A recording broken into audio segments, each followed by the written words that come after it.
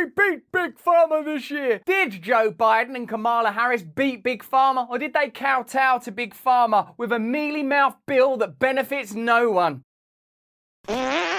Hello there, you 6.5 million awakening wonders. Thanks for joining us on this voyage to truth and freedom that we will undertake together. We will hold them accountable. We will demand transparency. We will remain in the conversation. Thank you for being a part of this movement. To commit even further, press the notification bell so you know when these videos drop, as they say, and subscribe to our channel. It helps us when you do that. And remember, I'm doing 5 little shows across the UK. There's a link in the description for the month of September. Come along. Come see me. Come see me. You'll love it. We talk about democracy, power, all that stuff. It's fantastic. Now, do you remember when Joe Biden was campaigning, and in fact, even in administration, we beat Big Pharma this year? Remember this? We beat Pharma this year! We beat Pharma this year, and it mattered. Well, guess what that amounts to? It isn't a victory over Big Pharma. The bill has been watered down, mitigated, almost as if somehow Pharma supports and funds the Democrat Party, and the Democrat Party are unable to successfully legislate on behalf of the electorate that they were voted in to serve, whose taxes they require, and whose problems they ignore. Except for, of course, saying stuff. I mean, we can all say stuff, baby. Let's have a look at how the mainstream media are presenting this latest catastrophe. We're going to go to the White House now. The president talking about the drug price adjustments. This is so important now. So up its own bum, isn't it? The news of its gross. We're going over live. I've grown my forehead a bit bigger, especially for this piece of news where some bullshit's about to be conveyed to you. Good afternoon, everyone. Good afternoon. Please have a seat. Good afternoon. It's a room full of leaders.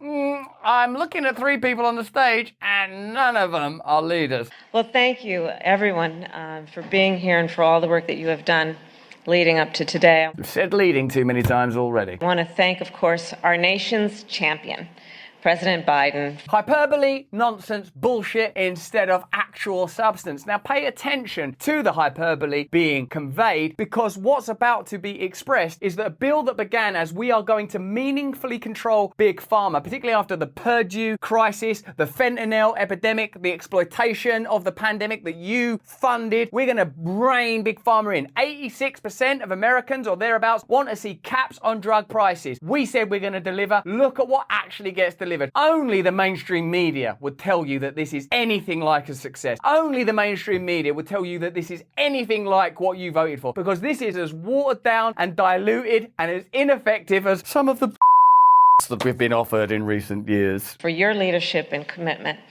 to lowering costs for working families in every way. Lower costs to working families in every way. Quite a claim. Let's see what gets delivered. So we are here today with the firm belief that in the United States of America, no senior should ever have to choose between whether they are able to fill a prescription or fill their refrigerator with food. That's what it's come down to. This is a great new policy. What it is, if you're a senior, that's very old, not you, you're great, you're a champion, carry on. If you're another old person, not Mitch McConnell, or that lady that had to be nudged into voting yes. Just say aye.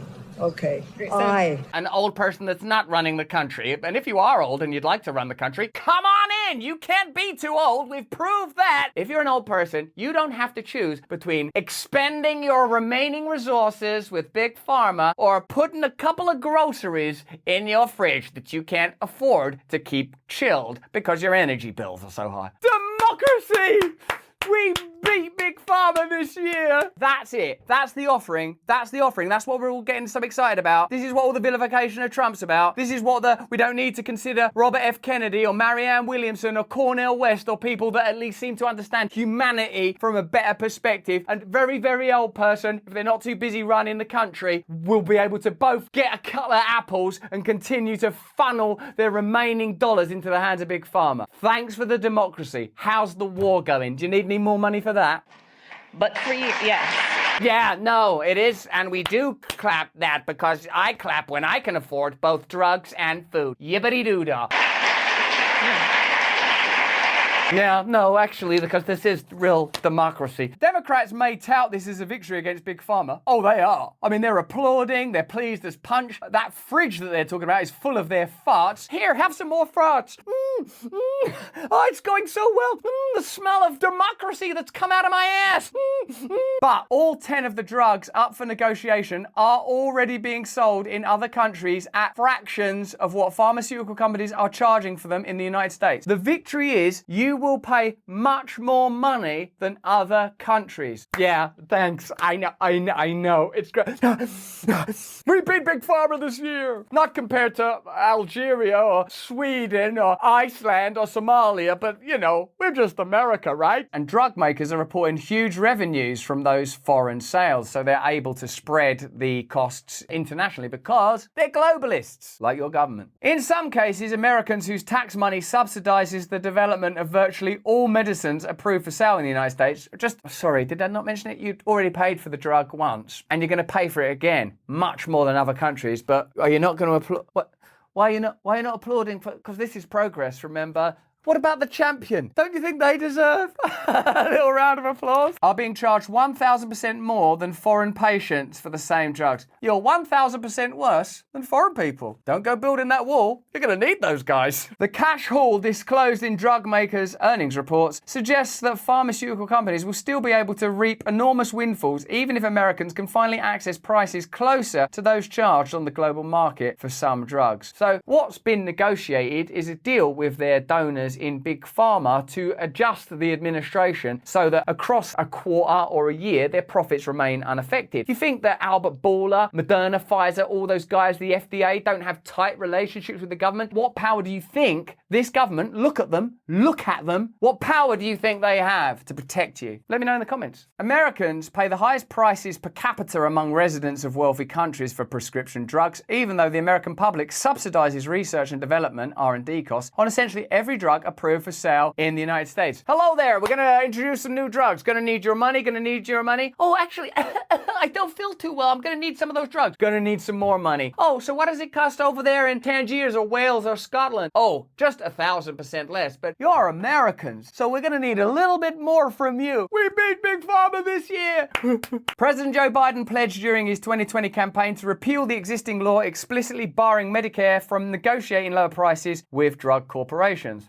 Last year, Democrats finally passed a drug price negotiation provision, but the measure was much more limited than lawmakers originally proposed. I wonder what happened. I wonder what kind of conversations took place. Let me know in the comments if you think maybe Big Pharma was somehow, I can't imagine how they're able to assert control and influence. I mean, God, is there any record of Joe Biden just before his election in 2020 telling a room full of donors in New York, nothing will essentially change? There is. That did happen. And that is what's happening now, as you can see, as you can experience. Who are you going to believe, Kamala Harris or your own lying eyes? The new law will allow Medicare to begin negotiating prices effective starting in 2026. Come on, most of those seniors will be dead by then. Is it from or with old age? I don't know, they're dead anyway. On a select handful of expensive drugs that have no generic competition and have been on the market for at least 9 years. That's how your country works. And I say this as a person that loves your country, that's lived in your country, that cares about America. That's what's negotiated. Well, could we only do it with drugs that have no generic competition? Okay. And have been on the market for at least 9 years? Sure. That's the conditions. That's who they work for. You pay, they profit. But 4 of the 10 drugs on the Biden administration's target list may not even have their prices negotiated in the end, thanks to incoming generic or biosimilar competition. So what they've done is, like lawyers, they've tied it up and sewn it up in every conceivable way so they cannot lose. That's what it means, corporatist democracy such as the ones that we have. We have a similar thing in our country as well. It means they cannot lose, no matter who you vote for. You think that, right, what I'm going to do is vote for them.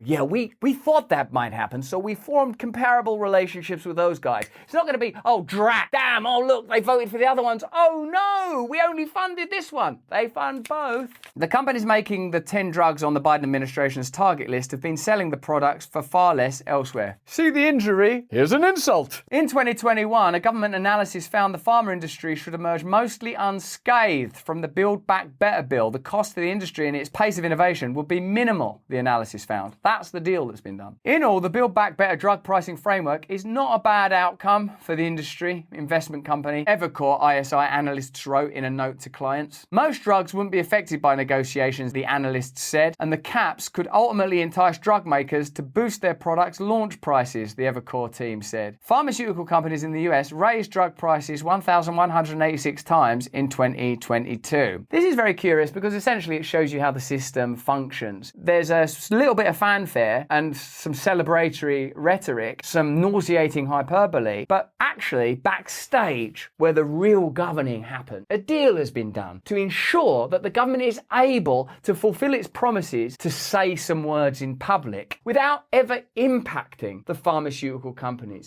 Is it me?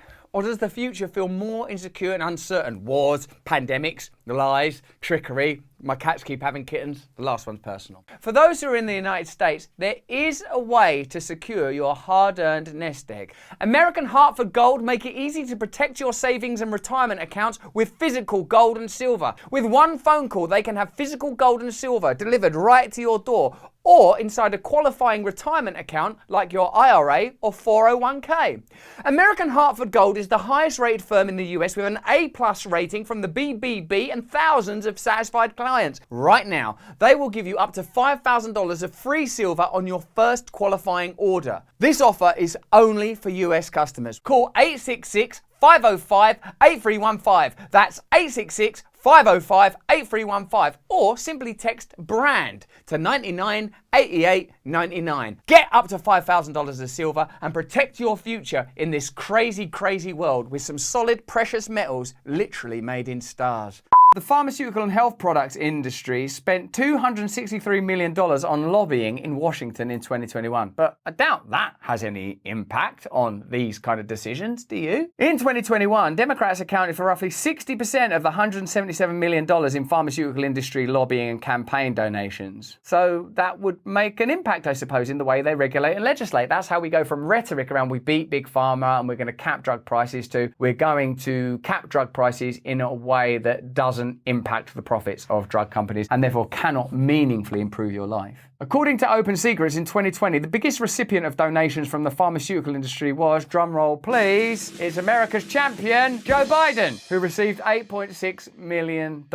A growing number of Americans are delaying important medical care because of the high cost of treatment, a recent survey shows. We beat Big Pharma this year? We beat Pharma this year! It's extraordinary, really, isn't it? That's the real impact. Even in my own anger and outrage, forget that what we're talking about is the real life of real Americans. Why don't you let me know in the comments who you know who is impacted by the soaring cost of drugs? Let me know if you know someone who is affected or even died as a result of the fentanyl crisis. Let me know how you think pharmaceutical companies were able to assert influence over the last couple of years. Let me know if you're impressed with this bill or not. In 2022, 38% of Americans said they or a family member skipped or delayed medical care, according to an annual health care poll from Gallup. The jump reflects an increase of 12 percentage points compared to 2021 and marks the highest year-to-year increase in Americans delaying healthcare. So things are bad and they're getting worse. That's what should have happened up there. This is an alternative to what we just saw Kamala Harris do. Listen, you know we promised you that we were going to cap drug prices. We sort of are a bit, but only in a handful of drugs under these specific conditions, that there's no generic competition and that the drugs have been on the market for at least 9 years. You're still going to be paying 1,000% more than other foreign countries, and things are getting a lot worse for Americans. This is from David Sirota from The Lever, a left-wing publication. Let's remember, pharmaceutical companies aren't altruistic charities that offer their products abroad at a loss. On the contrary, they are still making healthy profits at lower world market prices. So if you have a feeling that you're being ripped off, you're right, you are. For all the pharmaceutical industry's self-congratulatory rhetoric about its own innovations, the federal government uses your tax dollars to fund a lot of that innovation, research and development. A study from the National Academy of Sciences tells that story. The federal government spent $100 billion to subsidize the research on every single one of the 200 plus drugs approved for sale in the United States between 2010 and 2016. $100 billion in subsidies. Obviously, though, that wasn't your money because America has this taco stand on the border and they sell tacos there, and they must have got got that 100. Hold on a minute, they don't have a taco stand on the board. It must be your money! Because we, the public, invested early in these medicines, we reduced the R&D costs for pharmaceutical companies. Therefore, on the back end, the public should have received some sort of return in the form of affordable prices. Good point. After all, we took the initial risk. Yeah, capitalism. You take the risk, you get the benefits. No? You hear that all the time. That's how capitalism works. It's the only game in town. It's the worst of all except for all the other. You know, you've heard this stuff. This isn't capitalism. This is corruption. This is corporate statist corruption, where you've got no options, where they come out and celebrate with a pack of lies. Meanwhile, your senior citizen family members or loved ones, well, are not going to meaningfully have their lives improved, are they? After all, we took the initial risk and we lowered the overhead costs that the drug companies might need to recoup through higher prices. In business terms, the public is the early venture investor in these products, and we deserve a share of the returns when the product proves valuable. But I reject even that model. Health should not be for profit. But how else are you going to incentivize people? How about humanity? How about we're here together and we're going to die together? How about some values? How about some meaning? How about some principles? How about we use academia and expertise to fund it by the state and have it owned by the state? Or even if you outsource it to Big Pharma, outsource it with strict, stringent legal conditions. Oh, that's impossible. It would never work. Why not? However, in the mid-1990s, drug lobbyists persuaded the Clinton administration to repeal rules that allowed federal officials to require government-subsidized drugs to be offered to Americans at a reasonable price. A few years later, Congress, with then Senator Joe Biden's help, voted down legislation to reinstate these rules, and later the Obama administration rejected House Democrats' request that federal officials at least provide guidelines to government agencies about how they can exercise their remaining powers to combat drug price gouging. Bill Clinton, Joe Biden, Barack Obama. Triumvirate of heroes. We're the Three Musketeers! We take the risk of investing early in the product, but instead of that investment reaping us something valuable like affordable prices, we're rewarded with price gouging by the drug makers that bankroll the lawmakers who've rigged the rules and aim to keep them rigged. That's not a free market. It's a top-down command economy perfectly calibrated for price gouging, and the pharmaceutical industry and its puppet politicians want to keep it that way. Seems like a pretty accurate appraisal. Kamala Harris is literally almost crying about a piece of legislation that is wretched and basically worthless. Because we know for years, far too many of our seniors, millions of our seniors across the country, have struggled to afford their prescriptions. And too many of our seniors risked their health as they may have delayed to refill their prescription, or they cut their pills in half to try and stretch out the length of time. Cut it in half to stretch out. What's happened to America? What's happened to this magnificent country filled with brilliant men and women, full of genius and innovation everywhere you looked, in music, in the arts, in culture? A country where people came together to build the greatest nation in earth, reduced to this spectacle. So since we took office, President Biden and I and our administration has taken historic action to cut the cost of prescription medication for our seniors. That's the news that comes up. No senior should ever have to choose between medicine and food. What's the news today, honey? No senior should have to choose between medicine and food. Oh, will they have to? Yes. We capped the cost of insulin at $35 a month. Yeah. What are you so pleased about? Listen to the actual facts. It's not meant to be a performance. How dare you complain that a charismatic performer of a president like Donald Trump has garnered the attention and affections of many Americans when they're doing the same thing, but less well. We will cap the total cost of prescription drugs at $2,000 a year.